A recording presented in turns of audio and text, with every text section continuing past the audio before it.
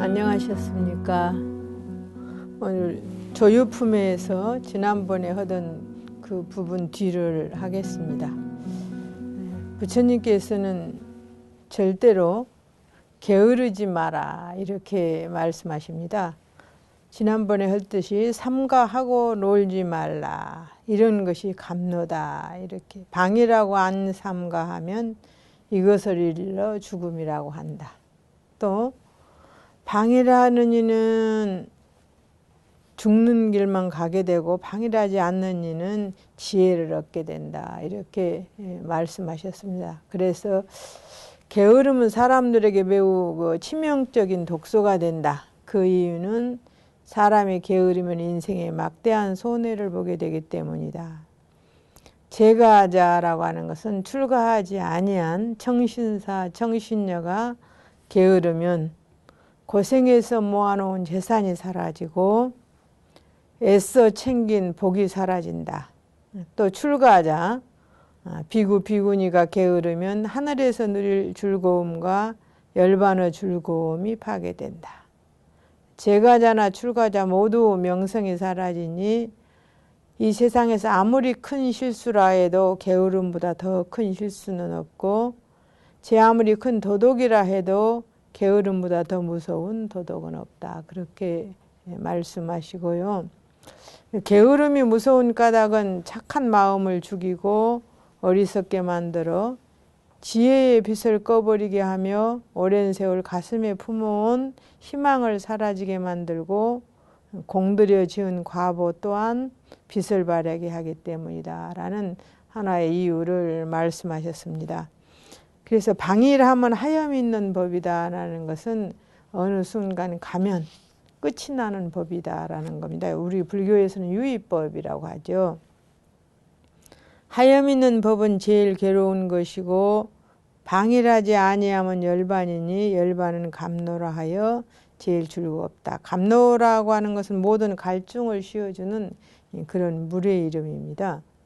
모든 행을 따라가면 죽는 것이니 제일 괴로움을 받고 열반에 나아가면 죽지 않는 것이니 가장 훌륭한 낙을 받는다 해서 모든 행위라고 하는 것은 중생의 마음 가운데에 육신이 하고자 하는 대로 따라가는 것, 이것을 모든 행위라고 합니다. 만일 방일하지 아니하면 비록 모든 행을 모으더라도 이것은 항상하고 즐겁고 죽지 않고 파괴되지 않는 몸이라 한다. 어떤 것이 방일인가? 어떤 것이 방일하지 않는 것인가? 성인 아닌 본부는 방인이라 하나니 항상 죽는 법이요. 세상에서 뛰어난 성인은 방일하지 않으므로 늙고 죽음이 없다 했습니다. 인간에게서 가장 큰 고통은 역시 생사입니다. 죽는다는 것은 내가 평생 공들여 모은 것을 버려야 되는 순간들. 또 버리고 새로운 삶이 시작되는 이런 것이 또 죽는 것입니다. 왜냐하면 제일과는 항상하고 즐거운 열반에 드는 까닭이니 이런 이치로 다른 법이 괴로움이고 다른 법이 즐거움이고 다른 법이 나이고 다른 법이 나가 없음이라고 하였다. 정진하는 날쌘 사람은 산꼭대기 평지에나 넓은 들에 있게 되면 본부들을 항상 보되 이유가 없이 훌륭하온 지혜 궁전 올라가면 제 근심을 소멸하고 중생 근심 마냥 보리라. 이렇게 말씀하시는데요. 열애는 한량없는 번뇌를 모두 끊고 지혜의 산에 있으면서 중생들이 한량없는 번뇌 속에 항상 있는 것을 본다. 세존이시여 개성으로 말씀하신 이치가 그렇지 않사오니 왜냐하면 열반에 들어가면 근심도 기쁨도 없거늘 어찌하여 지혜의 궁전에 올라가고 또 어떻게 산 위에 있으면서 중생을 보는 것과 같으리까 이렇게 물었습니다. 선남자여 지혜의 궁전이라 하면 열반을 말하며 근심이 없는 이는 열애고 근심이 있는 이는 본부니 본부는 근심하는 까닭이요 열애는 근심이 없다 해서 우리의 마음 가운데 정말 한 생각도 근심이 없을 수 있겠는가? 세상을 살아가면서 한 생각도 근심이 없고 즐거움만 있다고 한다면은 그것은 바로 열반이다. 이런 말씀을 하시네요. 수미산 꼭대기는 바른 해탈을 말하는 것이고 정진함은 수미산이 흔들림이 없음을 비유했고 평진은 하염이 있는 행위니 하염이라는 것은 있다가 없어지는 그런 행위니 모든 본부들이 평지에 머물러 있으면서 모든 행을 짓느니라. 지혜라는 것은 바른 각을 말한다. 모든 세상을 바로 보는 것. 우리는 바로 보는 것 가운데 가장 하나가 태어나면 죽는답니다. 이 세상에 존재하는 것은 무엇이나 다 사라지게 돼 있어요. 그러나 중생의 마음에서는 그 모든 것을 하나도 놓지 못하는 것이 바로 중생입니다. 놓아버리면 편안하지만 놓지 못하기 때문에 그것에 끌려가면서 고통을 받는 것. 바로 이런 것을 바로 볼 줄 아는 것. 모든 인연은 만나면 헤어지는 것이고 태어나면 죽는 것이며 소유는 반드시 사라진다는 것을 우리가 알 때 그것으로 인해서 괴로워하지 않는다. 유를 여의고 항상 머물기 때문에 열애를 한다. 열애는 한량없는 중생들을 딱하게 생각하여 항상 모든 유의 독한 살을 맞으므로 열애는 근심이 있다. 이렇게 유, 존재. 존재는 부정하는 것은 아닙니다. 불교에서도. 존재 그대로를 사실대로 볼 수만 있다면 존재 그 자체가 바로 진리이기 때문이죠. 세존이시여 만일 열애께서 근심과 슬픔이 있다 하면 등정각이라 할 수 없겠나이다. 등정각은 평등히 깨달은 사람이라는 이야기죠. 가섭보살이여 모든 인연이 있는 것이니 교화를 받을 만한 중생이 있는 곳을 따라서 그 가운데 열애가 태어나는 것이고 비록 태어나더라도 실로는 나는 일이 없고 열애는 항상 머무는 법이어서 가린재나 원앙 등의 새와 같다고 한다. 이렇게 말씀을 하십니다. 그 다음에는 오류품이라고 해서요. 달에다가 비유하는 부분입니다. 열반경 9권에 해당되는 것이죠. 우리가 달이 보이지 않는다고 하여 달이 없어졌다고는 하지만 실상은 산에 가려워서 나타나지 못하는 것이지 달이 없어지는 것은 아니다. 이런 하나의 말씀입니다. 부처님이 가섭보살에게 말씀하시기를 비유하면 마치 사람들이 달이 뜨지 않음을 보고는 달이 없어졌다고 말하면서 없어졌다는 생각을 하지만 달의 성품은 참으로 없어진 것이 아니고 다른 지방에 달이 뜰 때 그 지방 중생들이 달이 떴다고 하지만 달의 성품은 참으로 나는 일이 없음 같으니 왜냐하면 수미산이 가려워서 나타나지 못할지언정 달은 항상 있는 것이어서 났다 없어졌다 하는 것이 아니다. 열애 응공 정변지도 그와 같아서 열애가 삼천대천세계에 나타나 혹 남선부주에서 부모를 가지게 되면 중생들은 말하기를 남선부주에 나셨다 하고 혹 남선부주에서 일부러 열반을 나타내면 열애의 성품은 진실로 열반이 없지만은 중생들은 모두 열애가 참으로 열반에 들었다 함이 비유하면 달이 없어졌다는 것과 같다 하는데 우리가 화엄경이라는 경에서 세계 성취품이라고 하는 품을 보면은요. 우리가 사는 세계 이것은 무한한 우주계의 하나의 별 하나에 만들어진 세계에 지나지 아니함을 말씀하시는데 그 세계 성취품에는 우주 전 우주의 모든 세계의 근본을 전부 말씀하십니다. 또 그것이 만들어진 것, 또 그것이 있는 위치, 그것이 얼마나 큰가, 또 우리가 살고 있는 것이 얼마나 한 거리인가 이런 것을 전부 말씀하시는 것이 화엄경의 세계 성취품이에요. 여기에도 그렇게는 말씀하시지 않지만은 남선부주라고 하는 말은 우리가 살고 있는 것은 동서남북 상하 가운데 남쪽에 위치한 조그마한 하나의 땅덩어리다라는 이야기입니다. 선남자여 열애의 성품은 나고 없어짐이 없지만은 중생을 교화하기 위하여 났다 없어졌다 하는 듯이 보인다. 중생이 볼 때는 생사지만은 부처님은 상주법신이다. 이런 말씀이죠.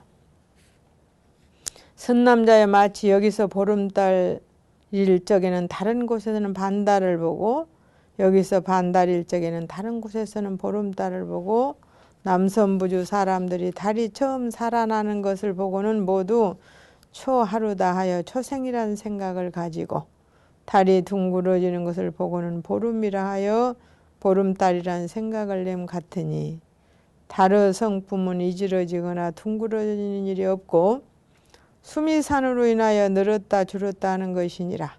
선남자 열애도 그와 같아서 남선부주에서 혹 처음 나는 것을 보이기도 하고 혹 열반에 드는 것을 보이기도 하나니 처음 나는 것은 초하루 달과 같아서 모든 사람들이 아기가 처음 났다고 하고 7걸음을 걷는 것은 초 이틀 달과 같고 글방에 들어가는 것은 초사흘 달과 같고 출가함을 나타내는 것은 여드레의 달과 같고 미묘한 지혜의 광명을로 한량없는 중생의 마군을 깨뜨리는 것은 보름달과 같고 혹 30이 어른다운 몸매와 80까지 잘생긴 모양을 나타내어 스스로 장엄하다가 열반을 나타내는 것은 월시감과 같거든.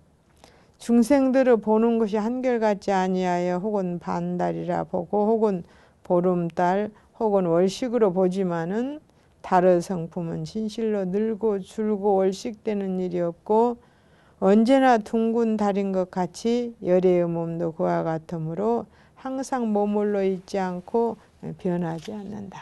그래서 부처님은 열반에 드는 상주법신을 여기에서 비록 지금 열반에 들지만은 법신은 영원히 존재한다고 하는 것을 일러주십니다.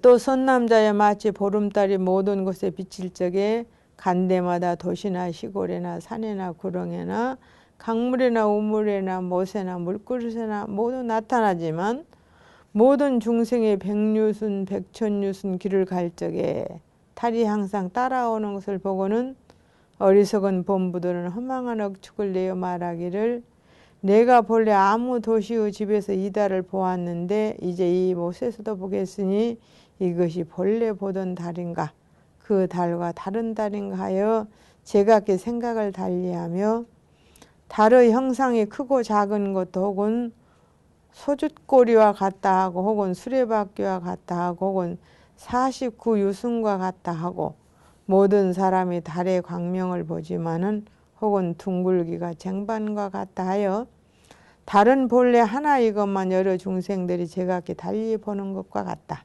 선남자여 열애도 그러하여 세상에 나타나거든 어떤 하늘 사람이나 세상 사람은 열애가 지금 내 앞에 있다고 생각하고 어떤 축생은 열애가 지금 자기 앞에 있는 줄로 생각하고 귀먹거나 말을 못하거나 하는 이는 열애를 볼 적에 귀먹거나 말을 못하는 것과 같이 생각하고 여러 중생들은 말과 음성이 제각기 다르거든 모두 생각하기를 열애가 자기네 말과 같은 말을 한다고 하고 또 각각 자기 집에 와서 자기네들의 공양을 받는다고 하고 어떤 중생은 열애의 몸이 엄청나게 크다고 보기도 하고 대단히 작기도 보기도 하고 어떤 이는 열애가 성문의 모양이라고 보고 영각의 모양이라고 보고 또 외도들은 열애가 지금 자기네의 도에 들어와서 도를 배운다 생각하고 어떤 중생은 열애가 자기를 위하여 세상을 낳았다고 생각하거니와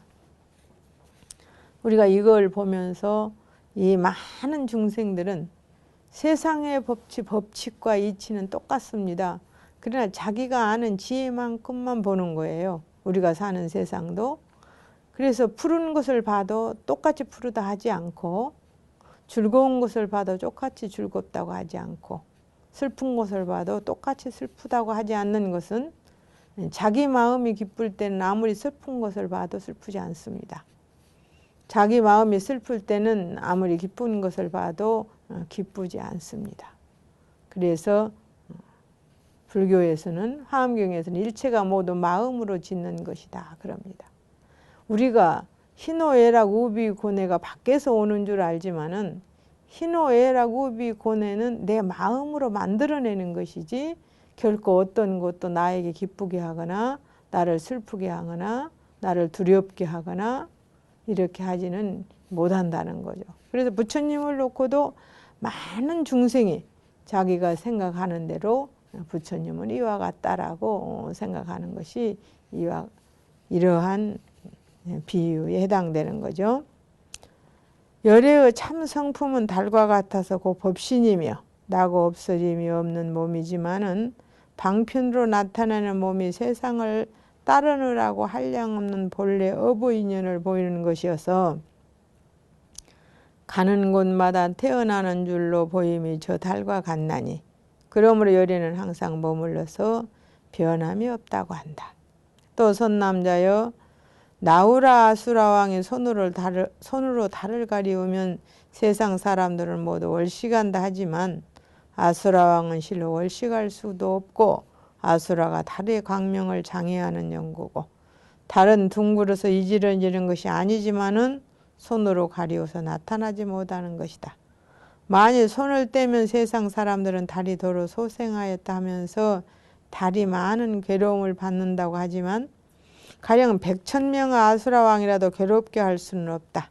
열애도 그러하여 어떤 중생이 열애의 있는 곳에서 나쁜 마음을 내어 부처님 몸에 피를 내고 다섯 역적죄를 짓거나 이찬티카가 되는 것을 보이는 것은 오는 세상의 중생들을 위하여 이와 같이 스님들을 깨뜨리고 법을 끊기게 하여 난처한 일을 보이거니와 한량없는 백천마군이라도 열애의 몸에 피를 낼 수는 없나니 왜냐하면 열애의 몸은 피나 살이나 힘줄이 골 수가 없고 열애는 진실하여 괴롭거나 파괴됨이 없고 중생들은 모두 말하기를 교법과 스님네가 파괴되고 열애가 없어진다 하지만 열애의 성품은 진실하여 변함이 없고 파괴됨도 없건만은 세상을 따르느라고 이렇게 나타내는 것이다. 그래서 우리가 아무리 무한겁이 지나가더라도 진리는 절대로 변하지 않습니다. 그것의 쓰임, 부처님께서 말씀하신 인연의 법을 요즘의 세상에서 한번 보면 부처님은 이것이 있으므로 저것이 있고 저것이 있으므로 이것이 있다.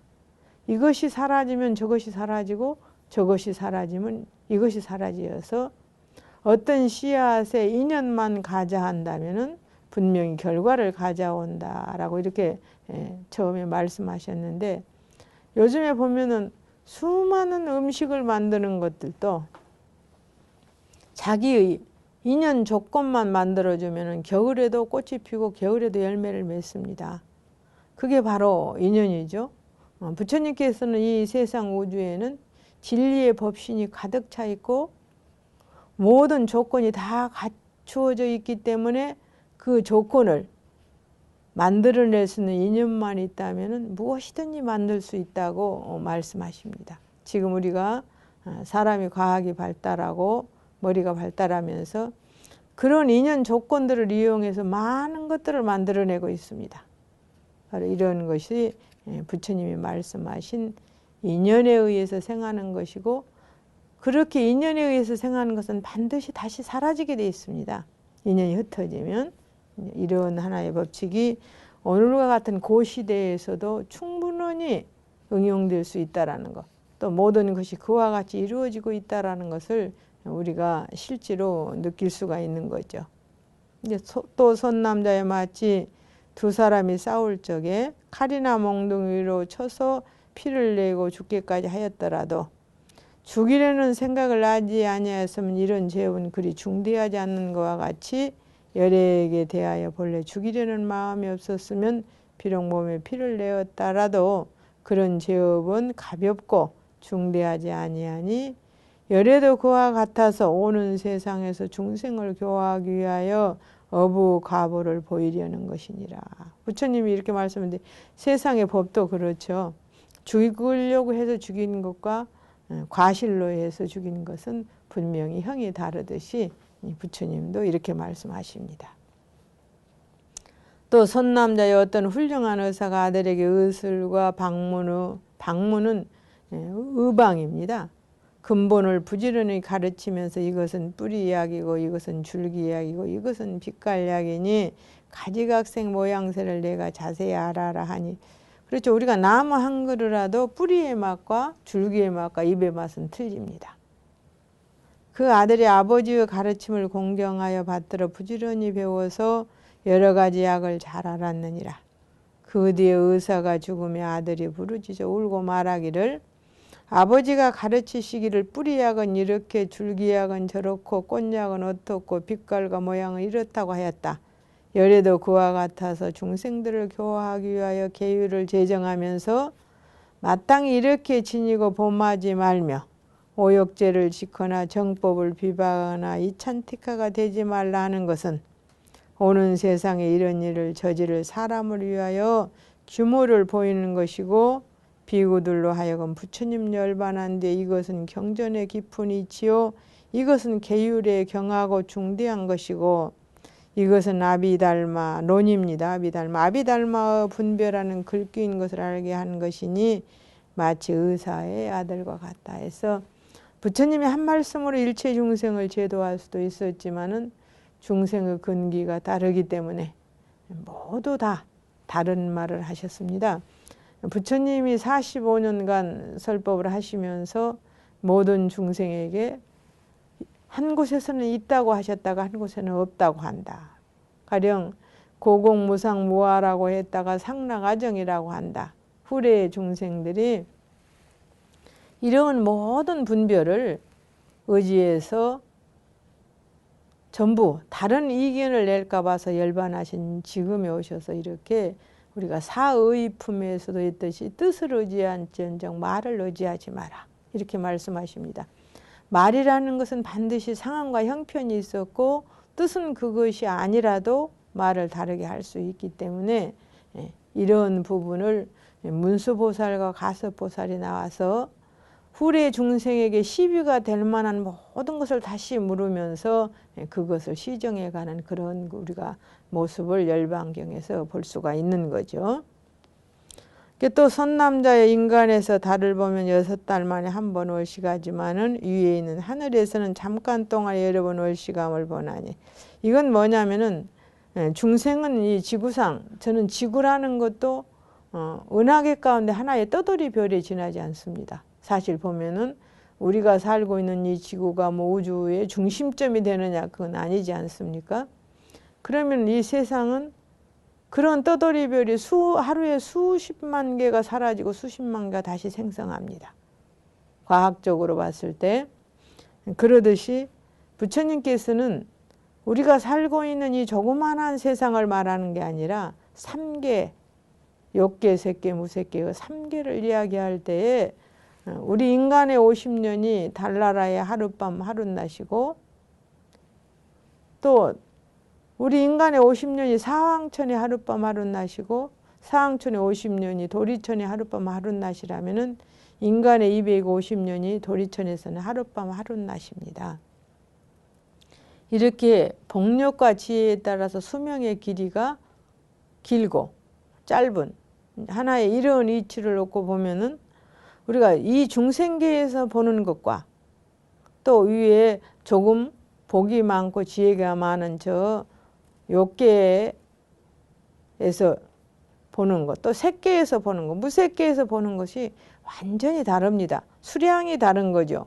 우리의 가령 250년이 도솔천에 가면 하룻밤 하룻낮이다. 우리가 그것을 밝힐 수 있었던 것은 지구의 30일이 달나라에 가니까 하루였다라는 것. 그건 밝힐 수 있었지 않습니까? 그와 같이 이런 부분을 겨우 우리가 과학이 아무리 발달했다 하더라도 우리 지구의 30일이 달나라의 하룻밤 하룻낮이었다라 하는 것 말고는 아직은 밝힌 바가 없습니다. 그러나 부처님께서는 인간의 250년이 도리천의 하룻밤 하룻낮이라는 것을 말씀하셨습니다. 그보다 더 올라가면 더 많지요, 계속. 그래서 여기 이제 월시가 하는 것도 이제 이렇게 우리가에서 하는 것, 또 하늘에서 하는 것. 선남자 열애도 그러하여 천상이나 인간들이 열애의 수명이 짧다고 하는 것은 천상에서 잠깐 동안 여러 번 월식을 보는 것과 같다. 열애는 또 잠깐 동안에 100천만억 번 열반을 보이어 번뇌의 마군, 오음의 마군. 우리에게 가장 그 마군이라고 하는 말은 불교에서는 살자, 공덕을 죽여버리는 살자라고 하는데 나를 가장 괴롭히는 것은 역시 번뇌입니다. 수많은 번뇌, 인생을 번뇌해보지 않으면 지혜도 생길 수 없는 것이지만 번뇌가 번뇌를 낳는데 묻혀버리면 인간은 정말로 암울해져 버립니다. 그래서 그 번뇌를 계속 일으킬 수 있는 그런 마군, 또 오음의 마군이라는 것은 우리가 색수상 행식을 오음이라고 하는데, 색이라는 것은 물질적인 것이고 수상 행식은 감정적인 것입니다. 바로 이 육체 하나를 가지고 물질과 감정으로 나누는데, 물질적인 것도 괴로움의 근본이죠. 이 몸이 있으니까 추우면 춥다 하고 더우면 더웁다 하고 하면 춥지 않게 해줘야 되고 더웁지 않게 해줘야 되고 배고프지 않게 해줘야 되고, 그것만 있습니까? 모든 것이 자기 마음에 맞게 하기 위해서 모든 나쁜 마음을 가지는 것, 이게 바로 오음의 마군이죠. 죽는 마군. 모든 것이 아무리 괴롭다 해도 죽는 것보다는 덜 괴롭다고 그럽니다. 그래서 죽는 마군을 끝나니 그러므로 백천만왕 하늘의 마군들은 모두 열애가 10번에 드는 줄로 알며 또 한량없는 100,000가지 지나간 어부인연을 나타내나니 세간의 가지가지 성품을 따르는 연고다. 이렇게 한량이 없고 가시 없는 헤아릴 수 없는 일을 나타내므로 열애는 항상 머물러서 변하지 않는다. 우리가 금생에 내가 한 생을 사는 거, 과거 생은 보지 못하니까 내가 착한 일을 얼마나 했고 착하지 못한 일을 얼마나 했는가 한번 우리가 헤아려 본다면은 과연 24시간 가운데 정말 내 마음이 편안하고 즐겁고 또 모든 사람에게 편안하고 즐거움을 줄 수 있는 시간이 얼마였던가, 이렇게 한번 생각해 볼 수도 있습니다. 또 선남자여 밝은 달은 중생들이 보기를 좋아하나니 그러므로 달을 요견이라 즐거이 본다 해서 즐거울 낙자 또는 볼견자 요견이라 일컫지만, 중생이 탐욕 성내는 일 어리석음이 있으면 요견이라 일컬지 못하느니라. 그러죠. 보름달에 하늘이 휘영청 밝아도 마음에 이런 마음이 있으면 그 달이 별로 보고 싶지 않을 겁니다. 열애도 그와 같아서 성품이 순이라고 착하고 깨끗하고 때가 없으니 항상 요견이라 하련만은 법을 좋아하는 중생은 보기에 만족함을 모르지만 마음이 나쁜 사람은 보기를 좋아하지 않는다. 이런 이치로 열애는 밝은 달과 같다고 말한다. 또 선남자의 해가 뜨는 것은 세 철이 각각 다르니, 그러니까 봄은 봄과 여름과 겨울이다. 겨울에는 짧고 봄철에는 중간이고 여름에는 가장 길다. 열애도 그와 같아서 이 삼천대천 세계에서 수명이 짧으니와 성문을 들으기 위해서는 짧은 목숨을 나타낸다는 거죠. 지금 우리가 인간이 80년 이렇게 산다고 그러죠. 그렇지만 어떻게 생각하면 그것은 찰나입니다. 그들이 보고 모두 말하기를 열애의 수명이 짧다 하나니 이것은 겨울해와 같고, 보살을 위하여서 중간 목숨을 보이되 한 겁도 되고 좀 모자라는 겁을 나타내는 것은 봄철해와 같고, 이게 보살의 경지에 올라가 무한한 수명을 삽니다. 부처님만이 부처님의 수명이 한량 없음을 보난 이것은 여름해와 같다. 이렇게 비유로 말씀하시네요. 선남자 열애가 말씀한 대승방등 경전의 비밀한 교법으로 세간에서 큰 법비를 내리거든 오는 세상에서 어떤 사람이 경전을 보호하여 가지고 열어 보이고 분별하여 중생을 이익케 하면 이런 이는 정말 참말보살이다. 진보살이다라는 거죠.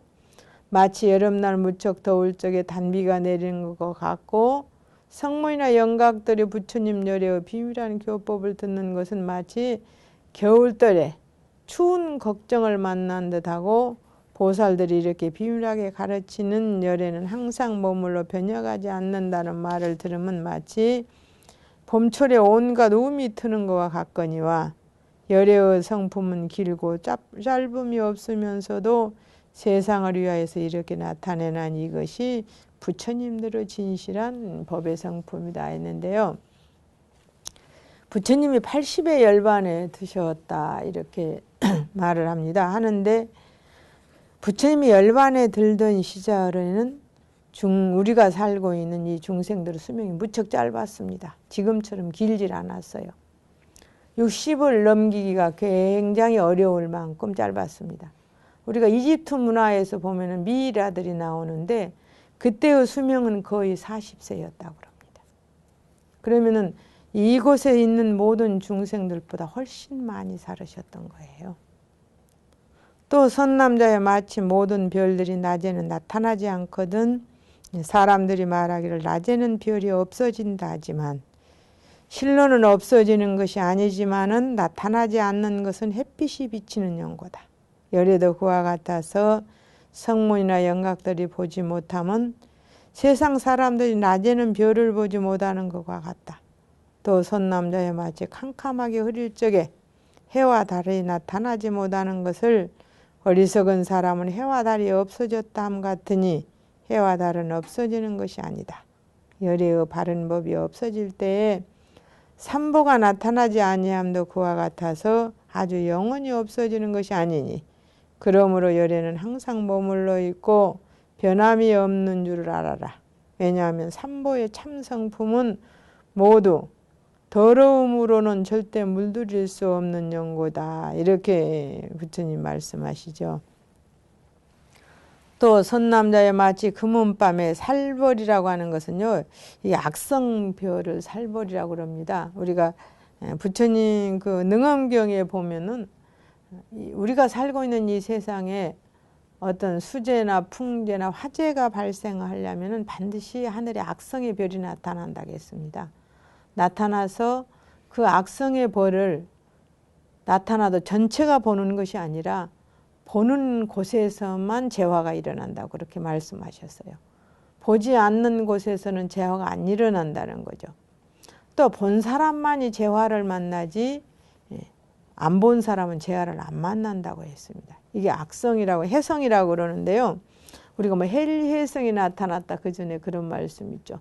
그 해에는 반드시 모든 세계에 바람이 많이 불거나 또 물이 많이 오는 이런 불이 많이 나는 이런 하나의 궤변이 일어났었습니다. 부처님께서는 이런 부분을 세밀하게 능엄경에서 말씀하십니다. 그 빛이 찬란한 것이 얼마 동안 떴다가 도로 없어지는 것을 중생들이 보고는 상스럽지 못하다는 생각을 님 같으니 벽지불도 그와 같아서 부처님 없는 세상에 나는 것을 중생들이 보고는 모두 말하기를 열애가 참으로 열반하였다고 근심 걱정하거니와 열애의 법신은 열반하는 것이 아니니 저 해와 달이 없어지지 않는 것과 같다. 그저 해가 달이 다른 구름이 끼면 달이 안 보이듯이 중생이 무명에 가리워져 있으면은 아무리 진리를 설파한다 하더라도 진리를 들을 사람이 없습니다. 그렇기 때문에 부처님은 법신이 영원하다 하더라도 멸함을 보이는 것이다 라고 말씀하시는 거죠.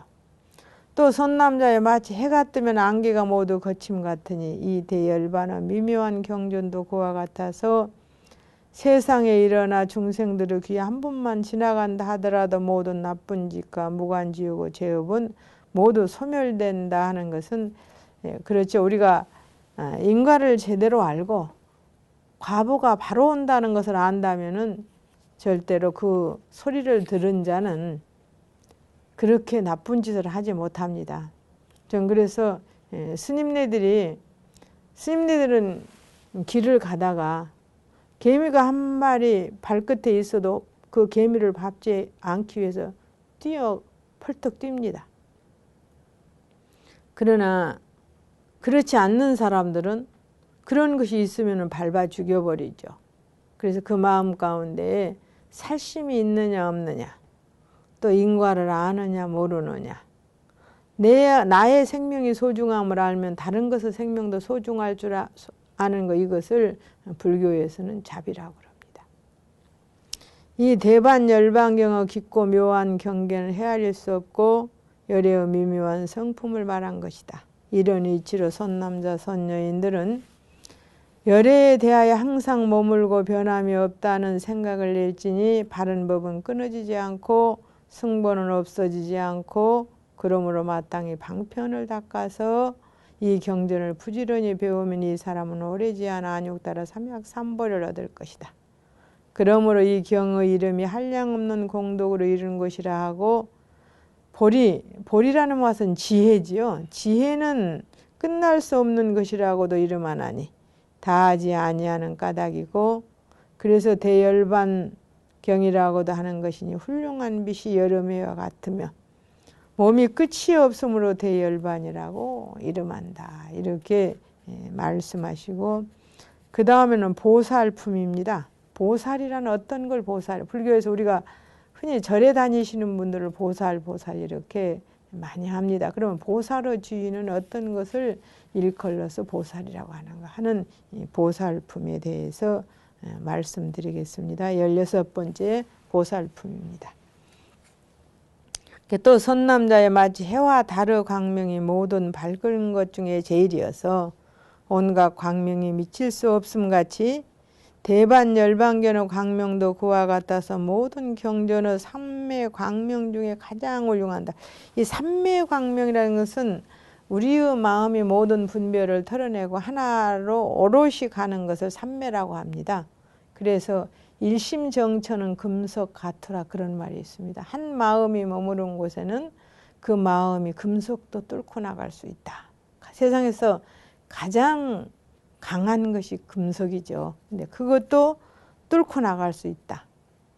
그래서 우리의 마음이 삼매에 들어가면은 일심이 되면은 번뇌가 사라지기 때문에 광명이 납니다. 거기에서는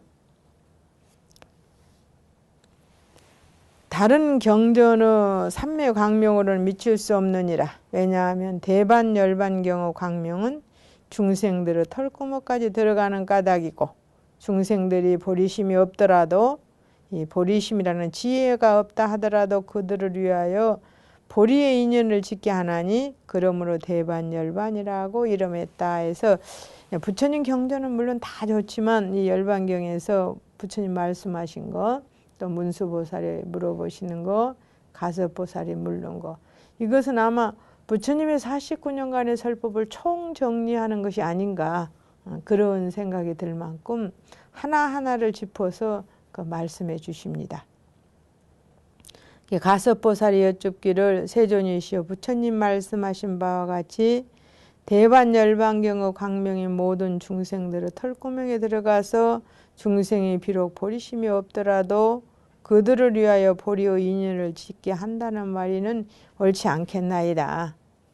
왜냐하면 세존이시여 4가지 중대한 죄를 범하니와 살떠움이죠. 불교에서는 절대로 다른 것보다 제일 중한 죄가 첫째 살생, 그렇죠?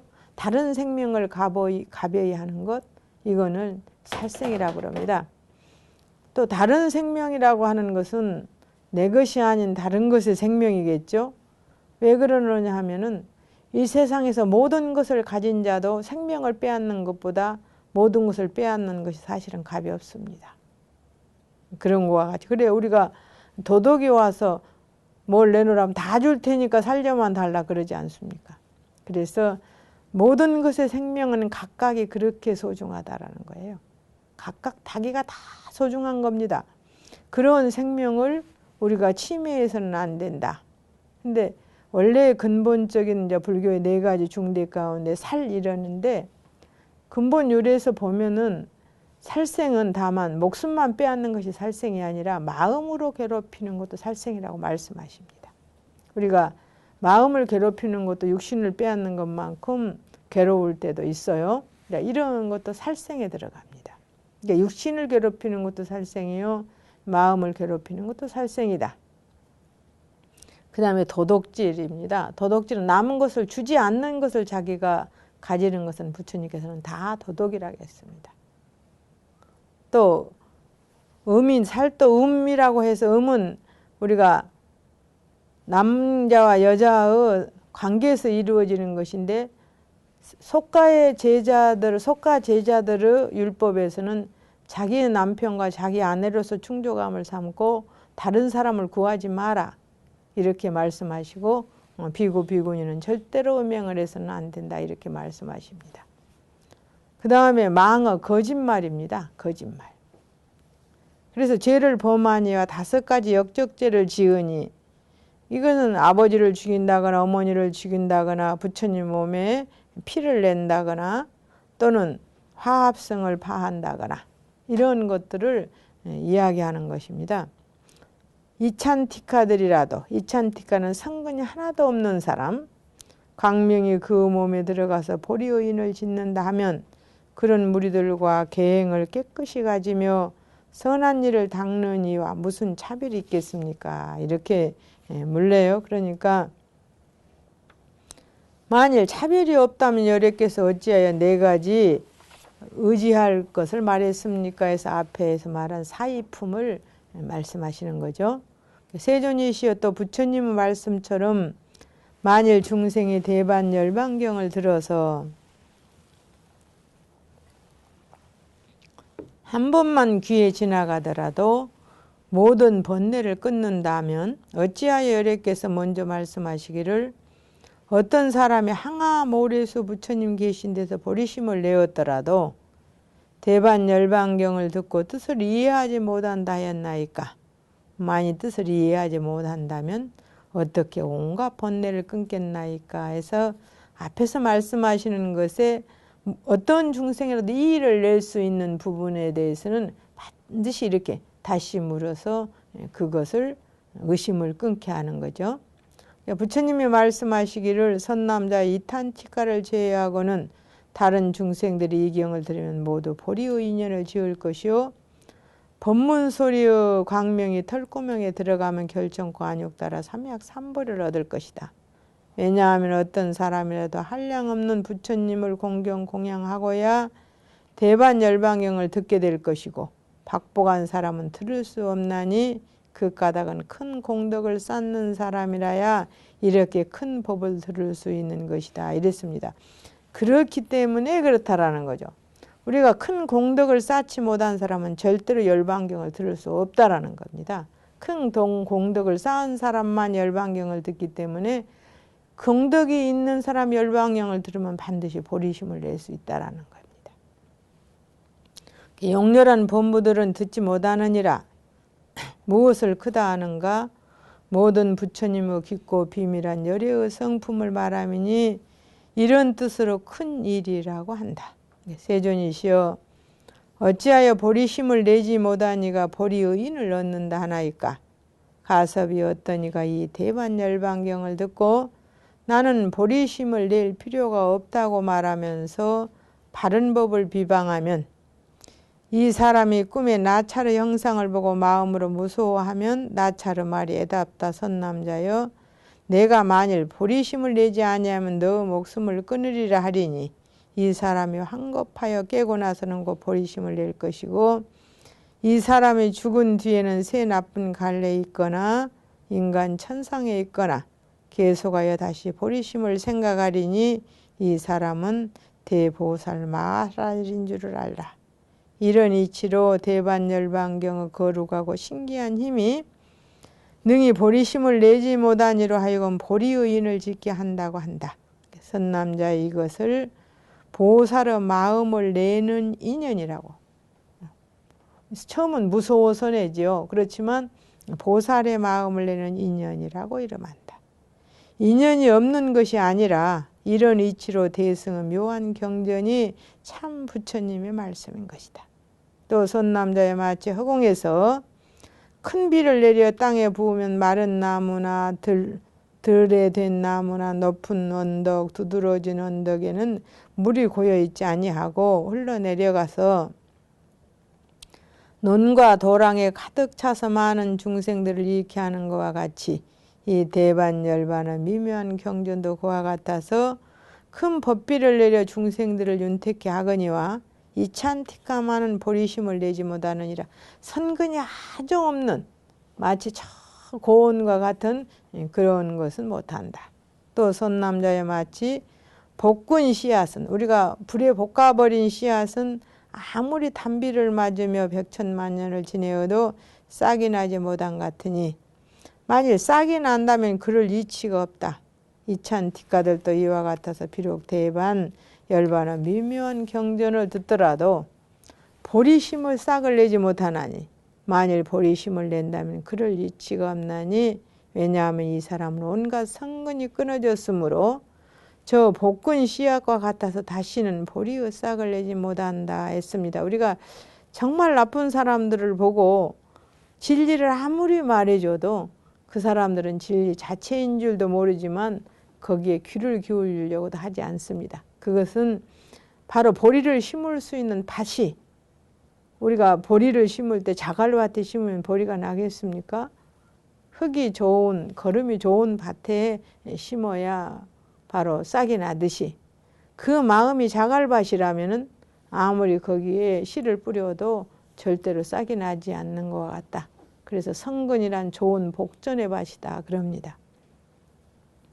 또 선남자여 물 맑히는 구슬을 흐린 물에 넣으면 구슬의 위력으로 흐린 물이 맑아지거니와 진창 속에 넣으면 맑히지 못하나니 이 대반열반의 미묘한 경전도 그와 같아서 다른 중생의 오무관제나 네 가지 중대한 계율을 범한 흐린 물 속에 두면 그것을 맑히어서 보리심을 내게 하지만 이찬티카의 진창 속에 두면 백천만년이 되어도 그것을 맑히고 보리심을 내게 하지 못하리니 왜냐하면 이 이찬티카는 성근을 소멸하여서 그릇이 되지 못하는 연고다. 설사 이 사람이 백천만년 동안 대반열반경을 듣더라도 마침내 보리심을 내지 못하리니 왜냐하면 선한 마음이 없는 까닭이다. 그렇게 말씀하십니다. 선한 마음이 없는 까닭이다.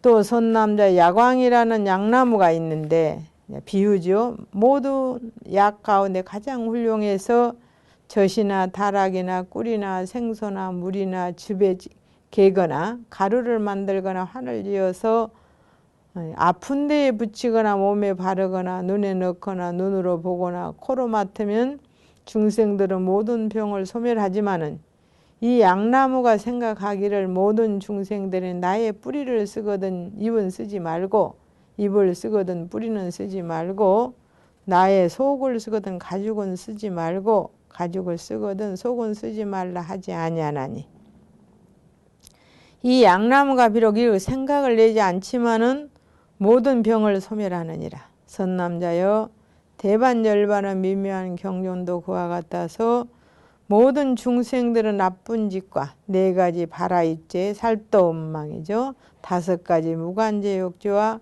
속에 있고 밖에 있는 모든 나쁜 것을 소멸하거든 보리심을 내지 못하니도 이것으로 말미암아 보리심을 내게 되나니 왜냐하면 이 미묘한 경전은 모든 경전 중에 왕인 것이니 마치 저 약나무가 모든 약나무 중 왕인 것과 같은 연고다. 어떤 이가 이 대반열반을 배워 익혔거나 배워 익히지 않았거나 간에 이 경전의 이름을 듣고 공경하여 믿으면 온갖 번뇌의 중병이 모두 소멸되지만은 이찬티카만은 안욕따라 삼약삼보리에 머물게 할 수가 없다.